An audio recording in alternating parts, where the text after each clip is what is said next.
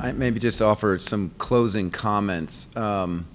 First, Chris mentioned as part of his presentation, you're not alone. If you don't remember anything else, that please, remember you are not alone in the challenges you're all facing individually in recruiting participants into your research studies. We do have a wealth of resources available. If I would say in general, if you're starting out, you're not quite sure what to do, I would start with contacting Chris. In his role as the Recruitment Enhancement Corps program manager, he is really viewed by the Research Institute as the go-to initial person to help you think about the recruitment strategies for your studies.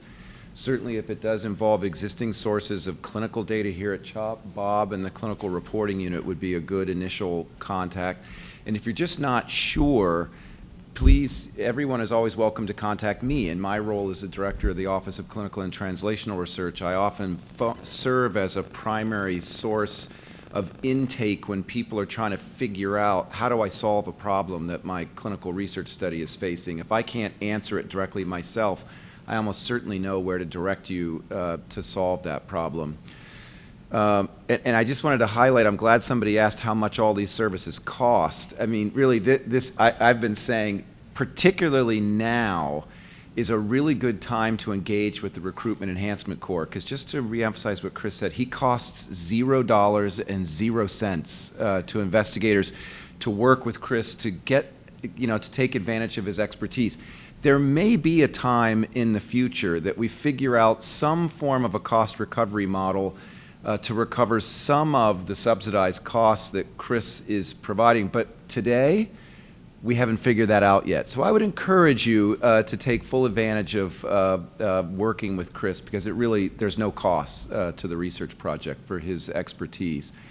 And he also mentioned a couple of the workflows. So, getting access to the Recruitment Enhancement Corps, there's a prompt in the eSPA system when you're first registering your project. Read those carefully.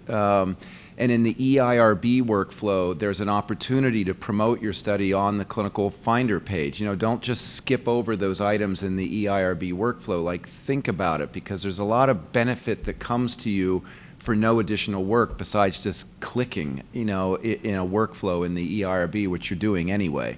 So just click yes instead of no next time.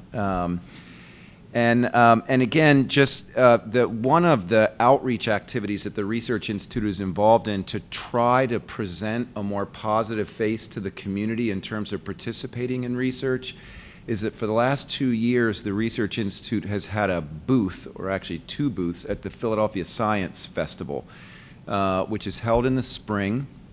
And there's a day-long science fair, or I guess it's called the Philly Science Fair, or Philly Science Festival.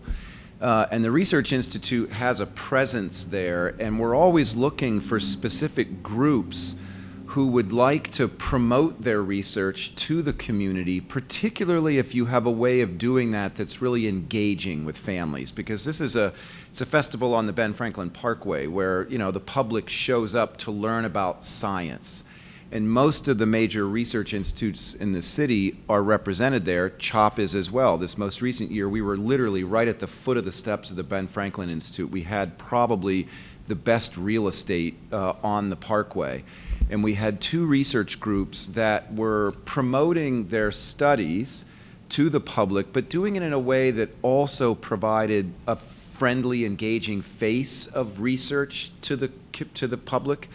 So if you're involved in a project or you're from a research group that kind of meets that criteria, please let me know or let Wendy Williams know from the Office of Postdoc Affairs, because it's her office that sort of oversees our engagement with the Philadelphia Science Festival. So we are looking for more opportunities to engage with the public to, again, present a friendly face for research, a more welcoming face to research here at CHOP. If you have ideas about that, please let me know.